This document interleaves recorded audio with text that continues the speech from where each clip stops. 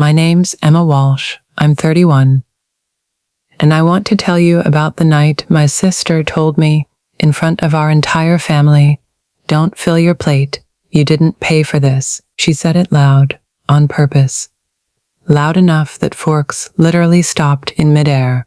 And my mom just glanced at me, smiled like it was nothing, and said, "Real family comes first," and turned back to my sister. Here's the thing though. I'd spent 3 weeks planning that dinner, approved every menu change. My card was on the reservation.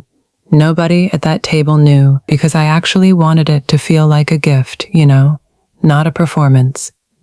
My sister thought my silence meant I was powerless.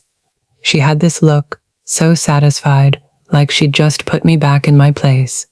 And I looked down at my plate, untouched, and then around at everyone waiting to see if I'd finally defend myself. I'd spent years explaining myself, forgiving, paying, and never once asking for credit. But that night, something just clicked. I understood that explaining myself again would just hand them another chance to dismiss me.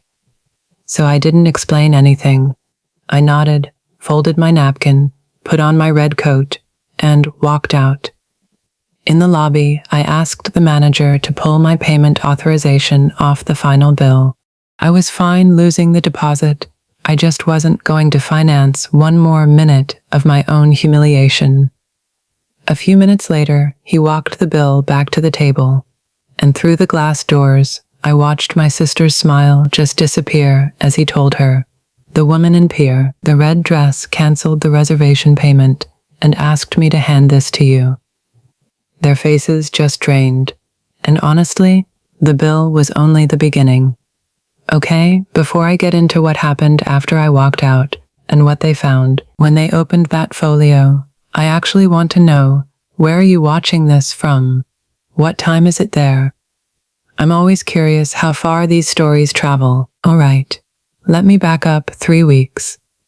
My mom, Carol, calls me up and says she wants one simple dinner for her 60th birthday. And in my family, simple never stays simple. My dad, Frank, suggests this place called Harborview Terrace, private dining room in a hotel where my parents did their anniversary years back. My older sister, Vanessa, immediately announces in the family group chat that she's handling the vision, then predictably disappears every single time the no-hen needs an actual deposit, a menu decision, a guest count, anything real. I'd just gotten a promotion at the architecture firm I work at, and I decide, you know what, I'll just cover the dinner, my gift to mom. I don't tell anyone the no-hen home amount. I just tell Vanessa the reservation's locked in, ask her to send me dietary restrictions by Friday. She sends back a thumbs up, then posts in the chat, "Everything is taken care of. Mom deserves the best." Relatives thank her. Mom sends like 3 heart emojis, and I'm just staring at my phone way longer than I should, wondering why it still stings watching her get praised for work she never did. This wasn't new, by the way. When I was 16, I designed the whole program for our grandparents' anniversary, and Vanessa told everyone she'd organized it. At my college graduation, she gave this toast about how she'd guided me through school, even though we'd barely spoken that whole year. Every time I corrected the record, Mom said I was being sensitive. Every time I stayed quiet, Vanessa just took that as permission. I don't know why I kept hoping being generous would somehow make people fair. I wish I had some noble reason. Truth is uglier than that. I still wanted my mom to look at me the way she looked at Vanessa, uncomplicated pride. Just one evening where nobody compared us, corrected me, turned my effort into proof I was trying too hard. So I signed the contract, pay a tween Nelson $300 non-refundable deposit, authorize my card for the estimated balance. Original package was just under $8,600. Then Vanessa starts making changes. Premium wine pairing, a seafood tower, custom florals, 6 guests I've never even met in my life. And every time the coordinator, this calm guy named Marcus, CCs me on an email, Vanessa writes back first. Approved. Emma knows. So I call Marcus directly, tell him nothing gets finalized without my written okay. He apologizes, marks the file. I approve the flowers for Mom, reject everything else. 2 days later, Vanessa calls. Why are you making this difficult? Mom only turns 60 once. I remind her she's welcome to pay for the upgrades herself. She laughs. You always make money so awkward. That sentence told me everything I needed to know. She wanted the authority of hosting without the cost of actually being the host. Still, I keep the reservation going. Blue and silver cake, because those are Mom's favorite colors. Slideshow of family photos. Transportation arranged for our grandparents. I even ask Marcus not to announce who paid. I don't want a speech about me, I tell him. This is for my mom. Night of the party, I show up early. Red dress, matching coat. Marcus walks me through the final number, $10,200, service and tax included, plus the flowers I'd approved. Card gets charged after dessert. I sign the updated authorization, tuck the copy in my purse. Vanessa shows up 20 minutes later, in white, kisses Mom on both cheeks, and just starts directing the photographer like she owns the place. Moves the place, cards. Complains the centerpieces are too low. Tells 2 relatives she worked tirelessly to put the whole night together. I hear it. Say nothing. Part of me is just saving the truth for later.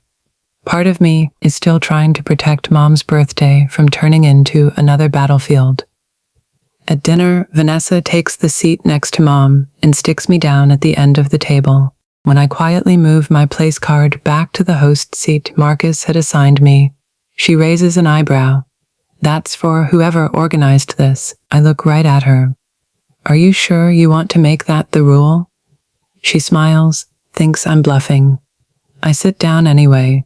First course, she talks over me. Second course, she's soaking up compliments about the venue. By the main course, she's basically rewritten the entire evening with herself at the center, and Mom's helping her do it. And then I reach for the serving spoon. Taking credit wasn't enough for Vanessa. She needed to humiliate me too. Don't fill your plate, she says, tapping the spoon with one manicured finger. You didn't contribute a penny to this dinner. Not a whisper. She wants an audience. The whole table goes silent, and I feel that old family reflex kick in. Everyone just watching to see how gracefully I'd swallow it. Mom smiles into her wine glass. Vanessa's only teasing, she says. Then, real family comes first. We should be grateful to the people who actually showed up for me. I'd arrived before anyone. Signed every document. I was sitting 2 seats away because Vanessa moved my card. And somehow Mom's words made me feel like an uninvited guest at my own gift. I ask her, calm as I can manage, who do you think paid for tonight? She looks almost startled that I'd answered at all. Vanessa jumps in before Mom can.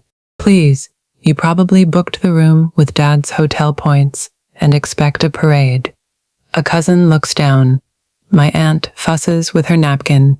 Dad studies the wine label like it holds instructions for escaping the table.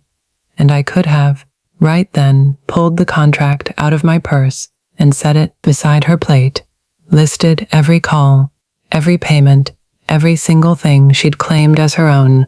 But something stopped me. If proof was the only language they respected, why was I still the one volunteering to pay for people who'd already decided I was worthless? So I set down the spoon. You're right, I said. She blinks. Wasn't expecting that. I shouldn't eat food I didn't contribute to. Mom gives this relieved little laugh, thinks I've surrendered. I fold my napkin, set it beside my plate, and stand up. Vanessa's smile widens. Don't be dramatic. I'm not, I said. I'm correcting the arrangement. I put my coat on and walk to the lobby. Nobody follows me. That hurt more than the insult did, honestly. But it also made everything after so much easier. Marcus is at the front desk. I ask if the charge went through yet. He says no, converts after dessert. I tell him to pull my card off the folio. The deposit's non-refundable, he reminds me. The rest becomes due immediately from the party. I understand, I said. Keep the deposit. Call it the cost of a lesson. He hesitates. You want me to say there's a payment issue? Tell them the truth, I said. The woman in red canceled the reservation and asked you to deliver the bill. He studies my face for a second, then nods. I'm almost at the door when I hear my dad calling my name from the dining room. I turn, and through the glass I watch Marcus set a black folio next to Vanessa's plate. Her smile just vanishes. Mom leans in, confused. He repeats exactly what I told him to say. Even from the lobby, I can see the color drop out of both their faces. Vanessa opens the folio, sees the total, snaps it shut. Dad comes over. Emma, what did you do? Not, what did they say to you? Not, why'd you leave? What did you do? I stopped paying for a dinner I was just told I hadn't contributed to. This is your mother's birthday, he says, quieter. It was also my gift, I said. Vanessa rejected the gift in front of everyone. I'm just respecting her decision. Behind him, Vanessa's on her feet waving the bill around. This is insane. She can't just abandon us with this. Marcus, completely composed. The host removed her payment method before settlement. Outstanding balance is $10,286. I'm the host, Vanessa snaps. He opens his tablet. The contract, deposit, menu approvals, and card authorization are all under Emma Walsh's name. Murmurs start rippling around the table. I thought Vanessa paid, someone whispers. That's what she told us, someone else says. Vanessa spins toward them. I coordinated everything. Marcus scrolls once. The event file shows Miss Walsh coordinated the reservation. It also shows several upgrade requests denied because you weren't financially authorized. Her face goes red. Mom's looking between Marcus and me like the floor just shifted under her. Emma, come back inside, she says. We can discuss this privately. You are comfortable humiliating me publicly, I said. Why does the truth need privacy? That's when my grandfather, Walter, slowly takes off his glasses and sets them on the table. He'd been quiet all night, but it wasn't like Dad's quiet. He'd been watching, measuring, remembering everything. Before anyone asks Emma for another thing, he says, Vanessa should explain why she collected money from several of us for a dinner Emma already paid for. Vanessa freezes. Honestly, so did I. I knew she'd taken credit. I had no idea she'd taken actual money. Walter pulls out his phone, sets it right beside the bill. A message from Vanessa on the screen. Send me your share by Friday.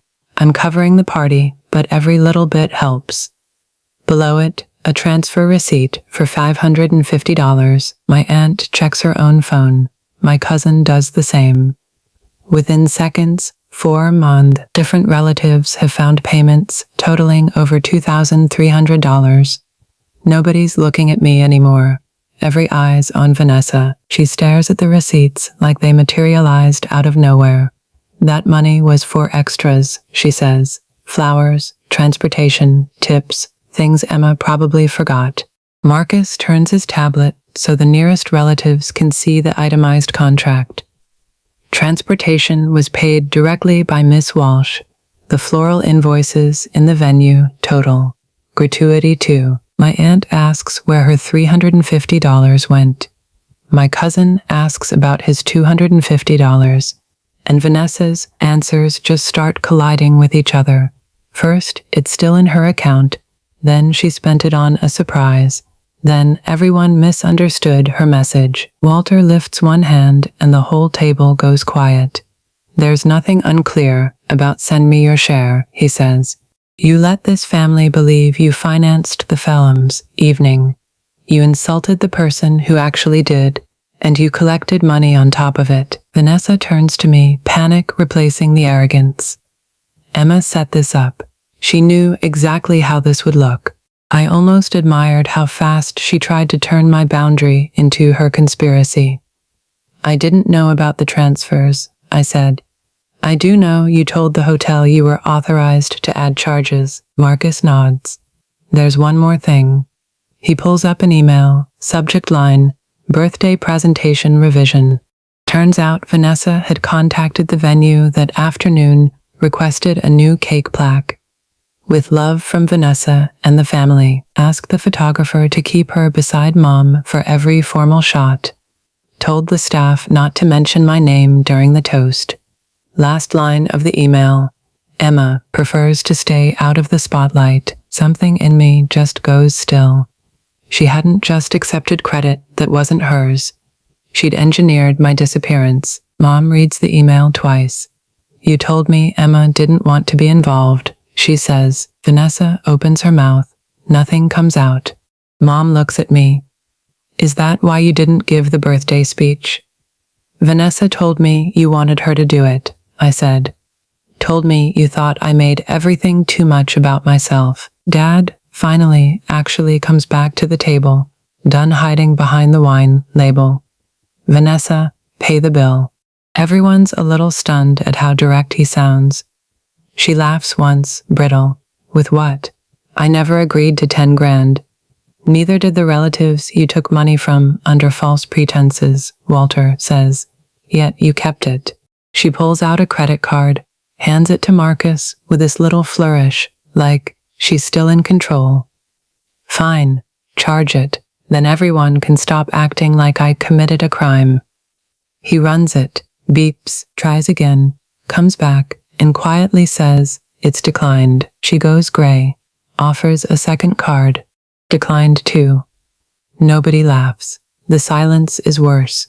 It just strips away everything she'd spent years building.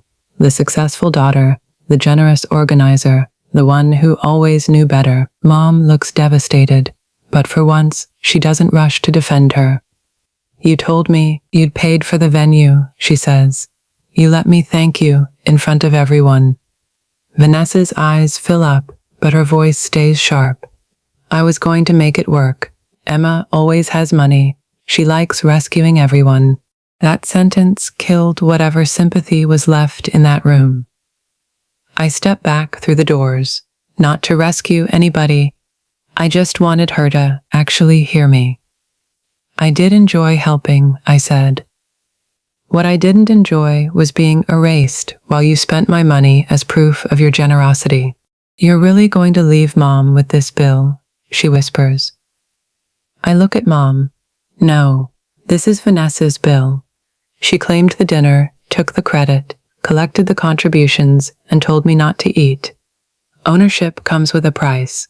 Walter has Marcus separate out the upgrade charges Vanessa had ordered on her own. Turns out the party can split the remaining bill across a few cards.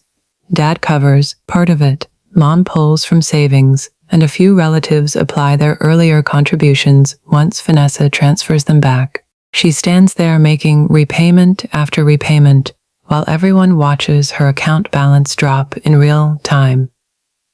Ends up having to borrow the last chunk from Dad, who tells her flatly it'll be documented and repaid monthly.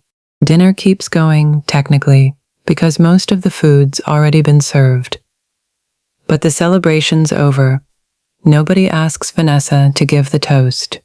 The photographer scraps her shot list. The cake plaque gets swapped back to the one I'd actually approved. Happy 60th, Mom. When Marcus offers me a slice, I say no thanks. I'm out $2,300. But I've gained something I could never have bought, a clean answer. They hadn't failed to see my effort because I explained it badly. They failed because my silence was just convenient for them. Second time that night, I head for the door. Mom follows me into the lobby. Please don't let this destroy the family, and I ask her the question I'd been avoiding my whole life. Why is the family only destroyed when I stop absorbing the damage? She doesn't have an answer. I go home alone. But for the first time, I don't feel abandoned. I feel done. The texts start before I even get to my apartment. Dad, your mother is crying. Vanessa, you humiliated me on purpose. Mom calls 6 times, then leaves a voice memo asking me to just come back and patch things up with Vanessa tonight. Would have been almost funny, honestly, if I hadn't heard the accusation buried underneath it. They still thought peace was something I manufactured by swallowing the truth. I turn my phone off, sleep better than I have in months. Next morning, 37 messages in the family chat. Vanessa's posted this long explanation. She'd collected the money planning to reimburse me later, she says. Walter replies with one line, then show the transfer you plan to make. No answer. My aunt asks why the cake plaque got changed. My cousin posts a screenshot where Vanessa told him, Emma barely helped, so I'm covering almost everything. Mom asks everyone to stop hashing it out in the group. Walter writes back, the deception happened in this group. The correction belongs here too. I don't add anything. For once, the facts are doing the work without me. Monday, Vanessa shows up at my office lobby. No appointment. Sunglasses on, holding an envelope. I meet her downstairs. Didn't want her anywhere near my coworkers. She pushes the envelope at me. Inside, a check for $2,300, my lost deposit. There, she says. Now we're even. I hand it back. We're not even. Money's the easy part. She takes off the sunglasses. Tired eyes, but the anger's still intact. What else do you want? An audience? A public execution? I want a public correction, I said. Tell the family I planned and paid for the dinner. Tell them you collected money while claiming you were covering it. Return every contribution, pay Dad back, and stop speaking for me. She looks at me like I've asked for something cruel. You want me to destroy my own reputation? No, I want you to stop using mine to protect yours. Her voice drops. Mom will never forgive you for this. And that's the moment I get it. She hadn't come to apologize. She'd come to restore the old arrangement.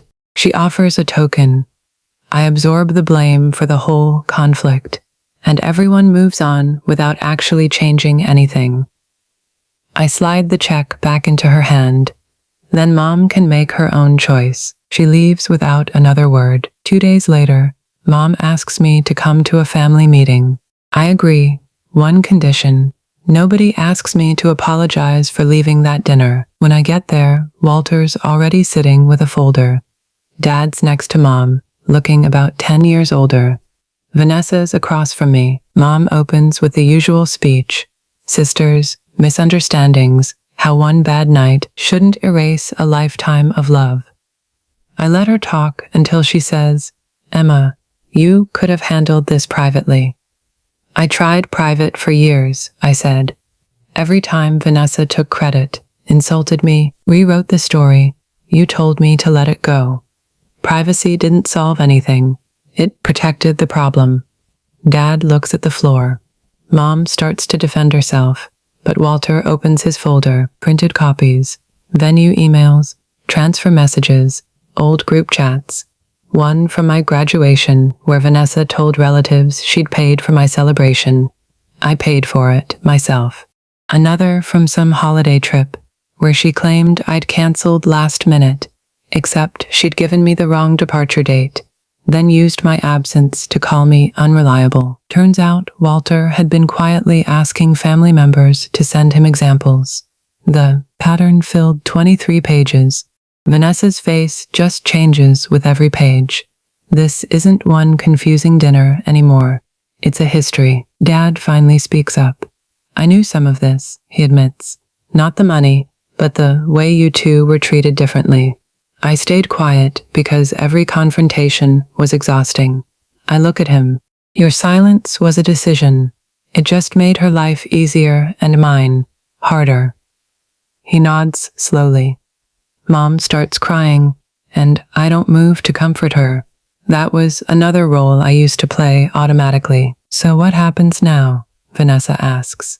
Walter answers before I can. You repay what you owe.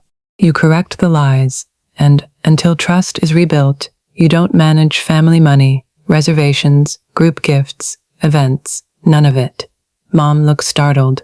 Vanessa looks furious. For years, running these family occasions had basically been her throne.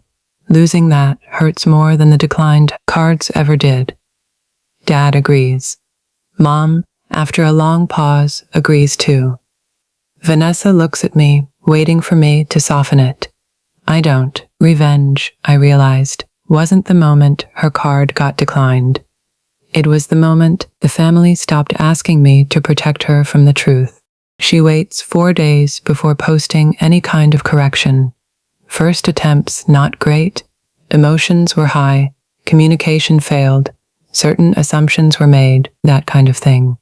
Walter replies to her privately. She deletes it, tries again. Second version's shorter. Honest, actually. Emma planned the dinner, paid the deposit, authorized the reservation, selected the menu, arranged transportation, approved the decorations. I let everyone believe I was the host.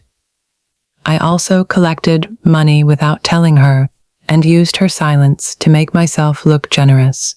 What I said at the table was cruel and untrue. I'm returning the money and repaying what others covered. I read it twice, waiting for that old urge to jump in and reassure her. It doesn't come. Relatives respond, but carefully.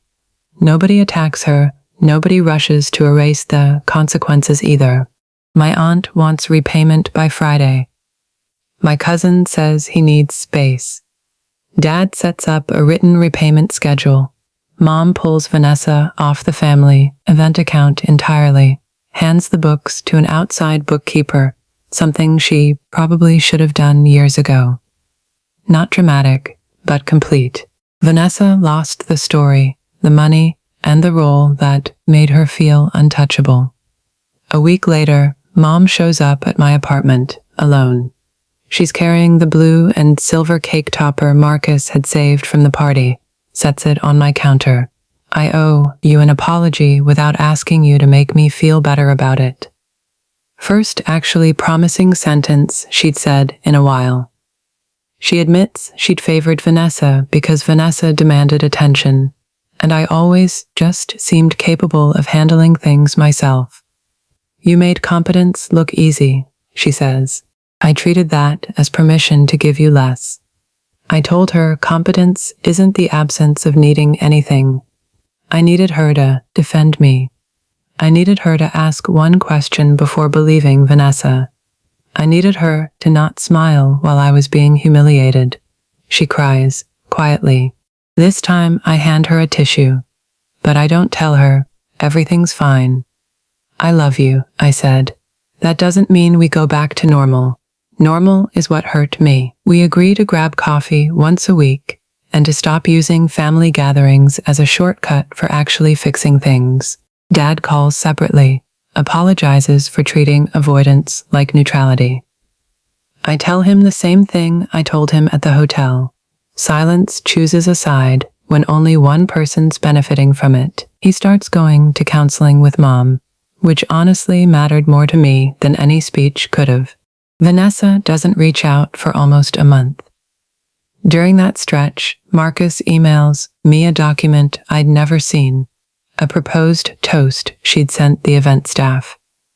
In it, she thanks Mom for teaching her that people who truly contribute never need recognition, then announces she'd personally saved the party after I got too busy with work. Scheduled right between the main course and cake. Deliberate, polished, cruel. I forward it to Walter, Mom, and Dad. No commentary needed. Mom calls Vanessa immediately. I don't hear the call, but I learn later she cancels a planned trip with her and tells her they won't go back to their usual closeness until Vanessa actually deals with the pattern honestly. That's the loss Vanessa feared most, I think. She wasn't the automatically trusted golden child anymore. When she finally asks to meet, we pick a public cafe. No envelope this time, no excuse, no sunglasses. I read the toast again, she says. I don't recognize the person who wrote it. I do, I said. I've known her for years. She winces, doesn't argue though. Admits my promotion had triggered something in her. She'd been struggling financially, built her whole identity around being the impressive one. Instead of admitting she was scared, she tried to shrink me instead. I thought if everyone saw you as selfish, I'd still look valuable, she says. I ask if she's sorry she hurt me, or sorry the plan failed. Takes her a long time to answer. Both, she finally says. Not a perfect answer, but an honest one. I tell her I'm not ready to forgive her, and might never trust her with money or my reputation again. She nods. What can I do? Change when nobody's watching, I said. And stop expecting access to me as proof that you have. We leave separately. No hug, no music, no instant healing moment. Honestly, that's what made it feel real. More real than every family promise we'd ever made before that. 6 months later, Mom invites me to a small family dinner. Same hotel. My first instinct is to say no. Then she sends me the reservation confirmation, the paid receipt, a guest list with 0 surprises on it. You don't need to organize anything, her message says. You just need to decide if you want to come. That distinction actually mattered to me. I say yes. When I get there, Vanessa's already seated, hasn't touched the place cards, the menu, nothing, because there's no photographer this time. Dinner's simple, fully paid, intentionally ordinary. Mom put it together herself, with Dad's help.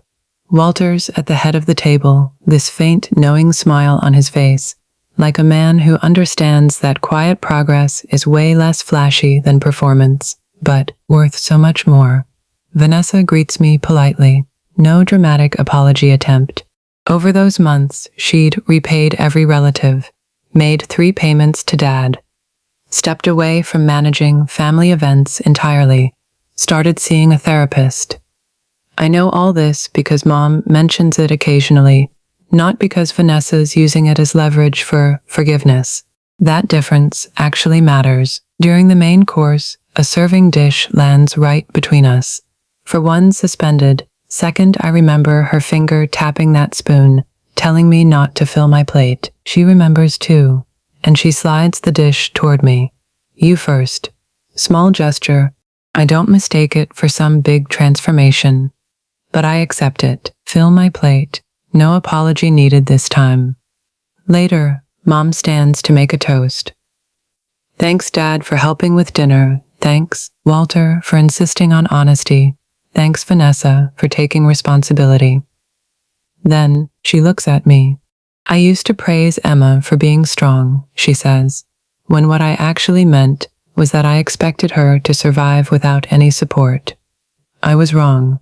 Her generosity was never an obligation, and her boundaries aren't a punishment. The room stays quiet, but it's not the same silence as before. This one makes room for the truth instead of burying it. Mom doesn't ask me to respond, just raises her glass. That restraint, honestly, was its own kind of apology. After dinner, Vanessa finds me by the lobby windows. I know we're not fixed, she says. I also know I spent years making you smaller because I was scared of feeling small myself. I tell her that understanding the reason doesn't erase the damage. I know, she says. I'm going to keep doing the work anyway. I believe she means it in that moment. But believing something doesn't mean I trust it yet. We walk back to the table separately. The family never goes back to the old version of normal. Vanessa's not the automatic leader anymore. Dad doesn't disappear the second things get uncomfortable. Mom checks facts before jumping to defend anyone. And me? I stopped funding celebrations just to earn affection, stopped accepting jokes that were actually insults, stopped explaining my own boundaries to people who were determined to misunderstand them anyway. Some relatives think I got colder. Walter says I got clearer. He's right, honestly. Clarity never made me cruel. It just ended this tradition we had of treating my pain like the price everyone else paid for their own comfort. The night Vanessa told me not to eat because I hadn't contributed a penny, she expected me to defend the cost of my own plate. Instead, I just stopped paying for the whole illusion. The bill exposed her lies, sure, but the real consequence was so much bigger than that. She lost the protection that let those lies survive in the first place. I didn't get revenge by ruining her life. I got it by refusing to keep building her life out of my own silence. Forgiveness, if it ever fully comes, is going to be earned slowly and quietly. Respect came first.